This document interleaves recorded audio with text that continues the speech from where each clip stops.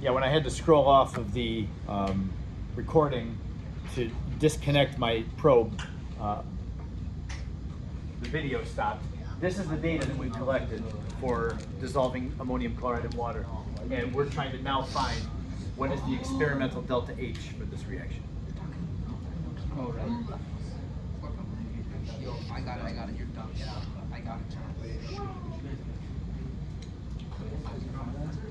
Oh, wow.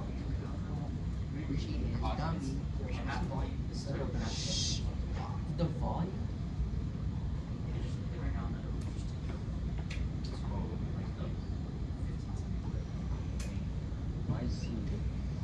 He asked what's the volume. I don't know. He just asked what's the volume. What would you respond to that question? Would you say give him an answer, or would you be like this? The volume of what? The water? That's what I'm trying to say. What does he want? 100 milliliters. Thank you. Like, bro, just give me a straight answer. Yes, sir. Answer for what? Volume of. I actually have the one word. Okay, no. Idiot rat. Oh. What is wrong with you? I'll be not so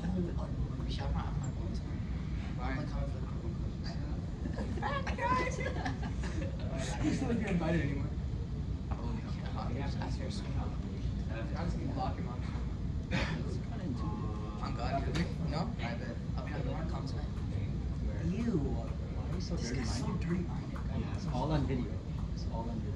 No, I'm saying no. Like, guys, you gotta come where? Guys. We can only have 2 sig figs in our Q value because the delta T has only 2 sig figs. So hey, when we're doing an experiment, we have the limitations of our instruments that we're using, so you're stuck with 2 sig figs.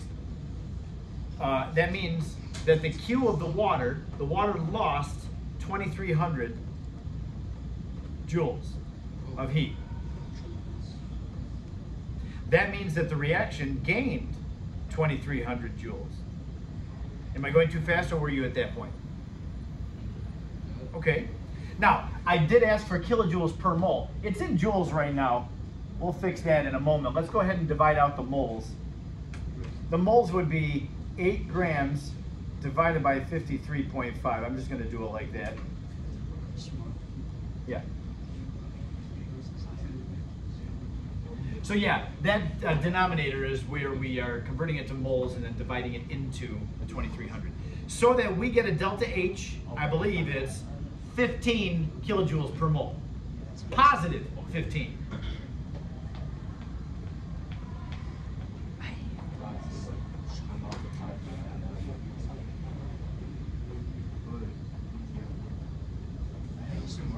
Yeah? Why is it, so you get the delta H QW as when they get 2,300 joules, right? Yeah. So why do you do positive at the top? Because this, Q of the water is negative delta H of the reaction. So whichever sign Q of the water is, the opposite sign is the reaction. Everybody catch that on the changing the signs? The water's heat was negative. The water lost heat. You saw its temperature go down. Therefore, the reaction took in that heat. All right. Now, this is where it gets really good. I'm going to ask you now to do part B. All right, look it up here. Find the delta H of this reaction theoretically. In this case, I want you to use the table that we've learned how to use. Now, for this reaction, our products are 2 ions, the ammonium ion and the chloride ion. It turns out that the ions have a heat of formation themselves. So you will find the ammonium ion aqueous in the heat of formation table and the chloride ion aqueous in there. So take the total of the products minus the reactants and determine the delta H of the reaction theoretically. Products minus reactants. Now, if you don't have one of these tables, I'm going to come around and give you one, because not everybody does. Oh, it's products minus reactants. That's what I said in the book. No, it's not. Is that what that is? I don't see.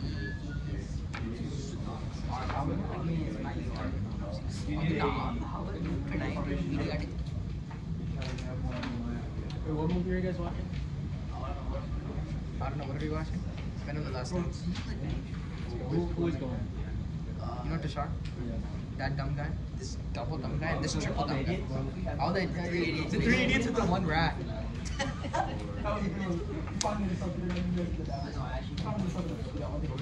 All right, don't get too distracted on this. Find the theoretical delta H. Delta H is products minus reactants.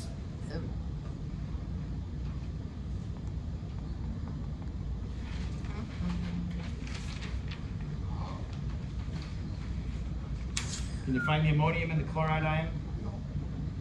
They're in there. It's negative 314. And each focus on negative 132.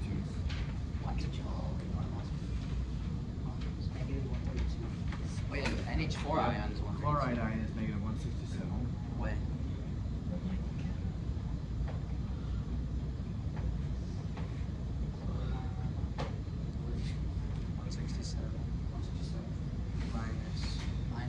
Products minus reactants, and NH4Cl is negative 314.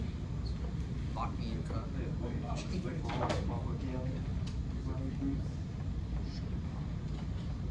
Mr. Mon, I'm not even joking with you. In the reading, it literally said reactants minus products. That was when you were doing bond energy. Back, let me show you. Yeah, now, I warned you that the book was going to be, it was going to confuse you. Because, look, up here. When we're dealing with bond energy alone, when you did the reading assignment, you had the breaking of bonds in the reactants. They were breaking, so they had positive values for the bond energy. And then the formation of bonds, that's how much energy is given off when the bonds form, that's negative. So only when you're using bond energy do you do the reactants minus the products. The products are, remember, the formed bonds. Those are negative values, so reactants minus products gives you that. I warned you that you would get confused with that because I think the book does a bad job. I'd rather see you adding these negative numbers so you're not thinking, oh, I need to take reactants minus products. Mathematically, that's what you're doing. But any other time that you find delta anything, you take the final minus the initial, which is, in this case, the products minus the reactants. So when we're doing this, you do have to do the products minus the reactants, this one right here. Yeah, anytime you use that table, the heat of formation table, it's products minus reactants. And what do you get? You get an amazing answer. 0. No, 0. Crazy. You said amazing answers. You get 15 kilojoules per mole. What's amazing about that? It's the same thing as the other one, Mr. Wong. Got me up. Now, my question for you is, do we trust calorimetry to give us an accurate value for delta H? Yeah. We just saw that calorimetry works. What we find on this table, and the table that you have, is the standard for finding the delta H of a reaction.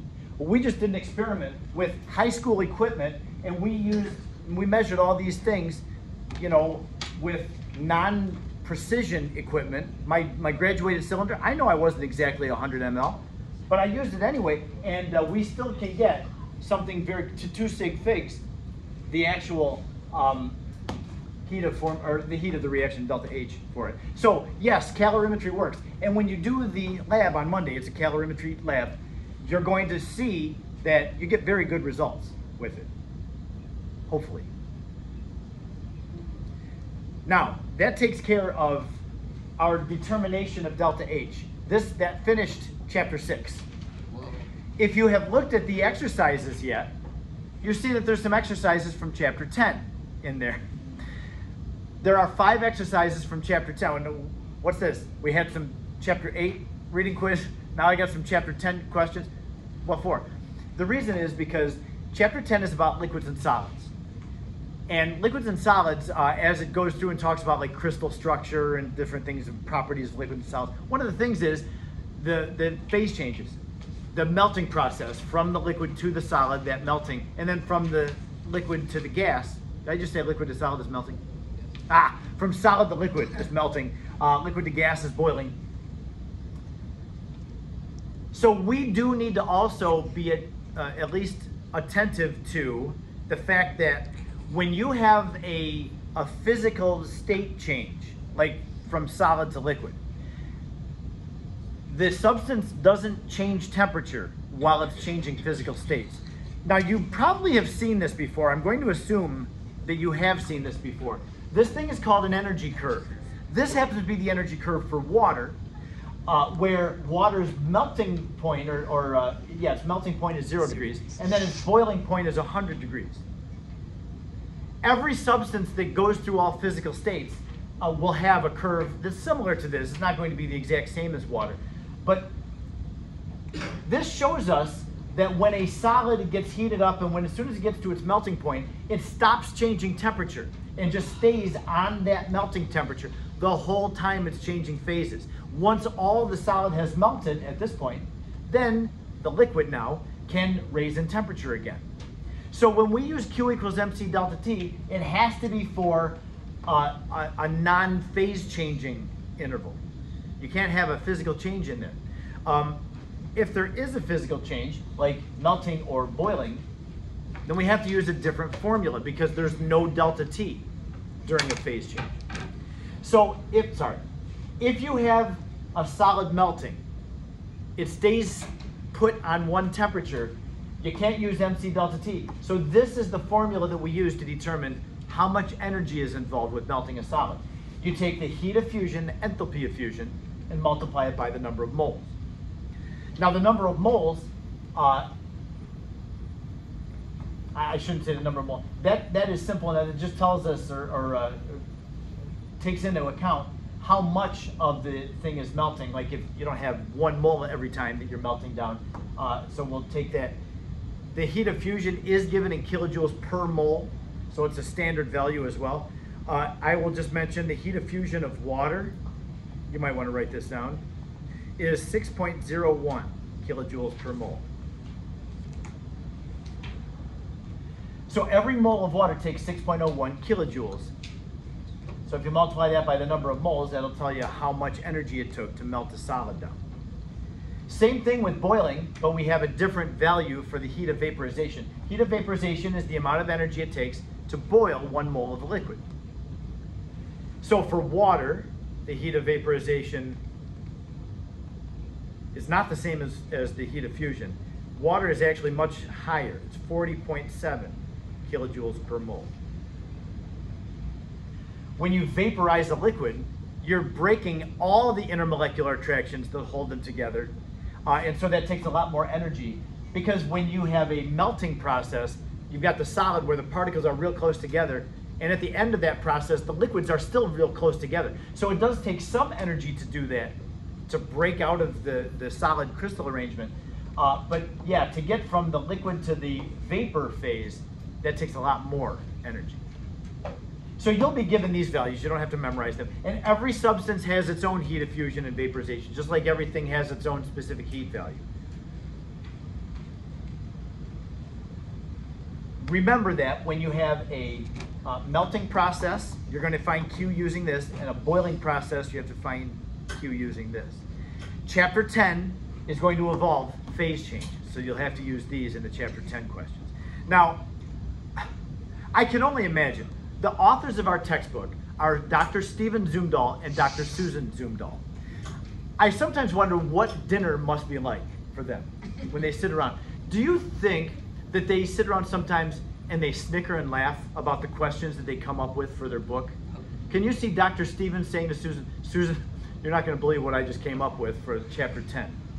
How about if we start with solid ice way below its melting point and have the students calculate how much energy it takes to get way above the vapor phase, like above the boiling temperature. And they probably, they'll die when they do that one. So I want to refer you to number 99 in the book, and look at what they did to you. What quantity of heat is required to raise 500 grams of ice at -20? So we're starting with ice well below its melting temperature. All the way, how much heat does it take to go all the way up to steam way up here at 250 degrees Celsius? How many Q's will you have to find to do this problem? 2. No, more than 2. 4, 5, 6. 5. We need 5 Q's. Now, I think I know why you said 2, and that wasn't right. Here's why. Q number 1 is going to be where water is in the solid phase, and we have to use MC delta T because it's a temperature change. That's our Q1. Then it gets to the boiling temperature, and then the temperature stays constant as it boils. That's Q, I said boil. As it melts, sorry, that's Q2, is the melting. Once it all melts, it's now liquid water. It can raise temperature again, so Q3 would involve a temperature change. Then we get to the boiling temperature of the liquid, and that's Q4. Once it's all boiled, then we have water vapor. Q5 is going to take us the rest of the way. All right, now, okay, I bet I know what you're going to ask, but go ahead and ask it. Let me see if you're going to ask this. Can you combine these? No, you can't. Again, listen to your authors laughing at you right now. Ice has a different specific heat than water does, which is a different specific heat than steam is. They'll have a different specific heat. Specific heat is physical state dependent. So now here I'm laughing too. So that means, yeah, you can't combine those Qs. You can't combine those Qs. We have to find literally 5 Qs and add them together. Now let's see, we have, about 11 or 12 minutes left in the hour. I think we can do it in that much time. Let's at least make a plan for this thing. I'm going to take advantage of this big white space between the 2 slides. So we're going to do it like this. Q1 is a temperature change, so we're going to use Q equals MC delta T, and that's when the water is in the ice phase. Then Q2 is where the ice melts, so we'll have to use heat of fusion times moles. Q3 is where all the ice is melted now, and it's liquid water, and so it goes up in temperature again. We'll go to MC delta T for water, liquid water. Q4 is where the water boils, so it's heat of vaporization times moles. And then Q5 is where it is now all steam, changing temperature, so that's MC delta T again.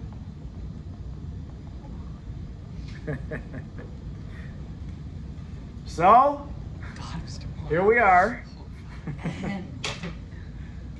Let's put these numbers in and add them together. And there's more too. There's even more that's frustrating about this. I'll tell you when we get there. The MC delta T. You can see from the question, it gives us what the mass is. The mass of the ice is 500 grams. That's going to be constant through the whole thing. So it's 500 grams with 3 sig figs. Okay, that's the M. The C, this is ice now, remember, this is not liquid water. So the specific heat is not 4.18. For ice, the specific heat is 2.06 joules per gram per degree Celsius.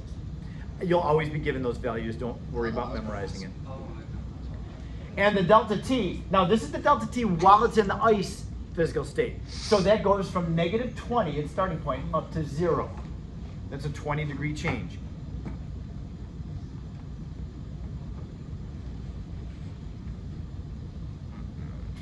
We'll get an answer for each of these later. Let's just do put the numbers in. Now Q2 is the heat of fusion. Now Q2 is where the physical state is changing. It's going from a solid to a liquid. And so it's going to be 6.01 kilojoules per mole for the heat of fusion times the number of moles. Well, the problem didn't give us the number of moles, but it gave us the mass of the water. So the moles would be 500 divided by the molar mass.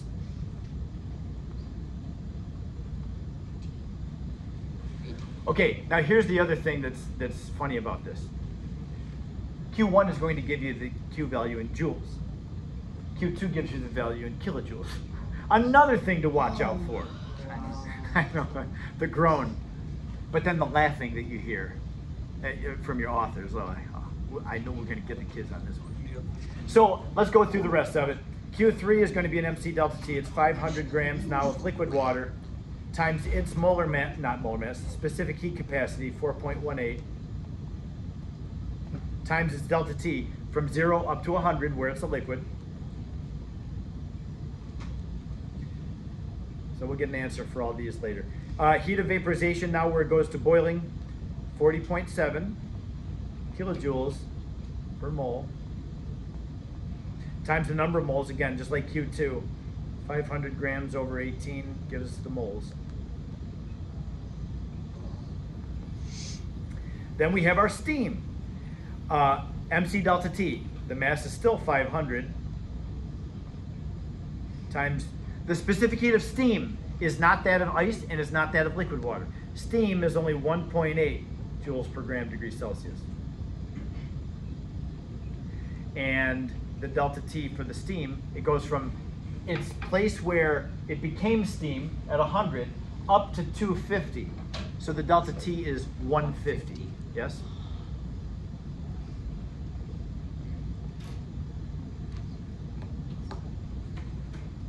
Okay, now I just did something wrong with my sig figs. The 250 just went to the ones place, so I had written it as 150.0. I do have to fix that. No. Okay, I'll just do this. Whoops. Getting low battery. You wouldn't be so lucky though. There's only a couple minutes. I can make it a couple minutes on 10%. I'd rather you explain it to me. All right, good, good, good. Now, my challenge for you, and this is, you're gonna go crazy. Get the right answer. So just calculate and add them up, but get the right answer to the correct number of sig figs. This is a good sig fig exercise too. This is hurting. This should get it in kilojoules. The amount of heat here is huge. So yeah, if you use joules, another 3 zeros is just annoying. Use kilojoules. I need the big one this time. Yeah, that'll help. No. Are you gonna do it? Yeah, we're taking a quick backstretch. Idiot.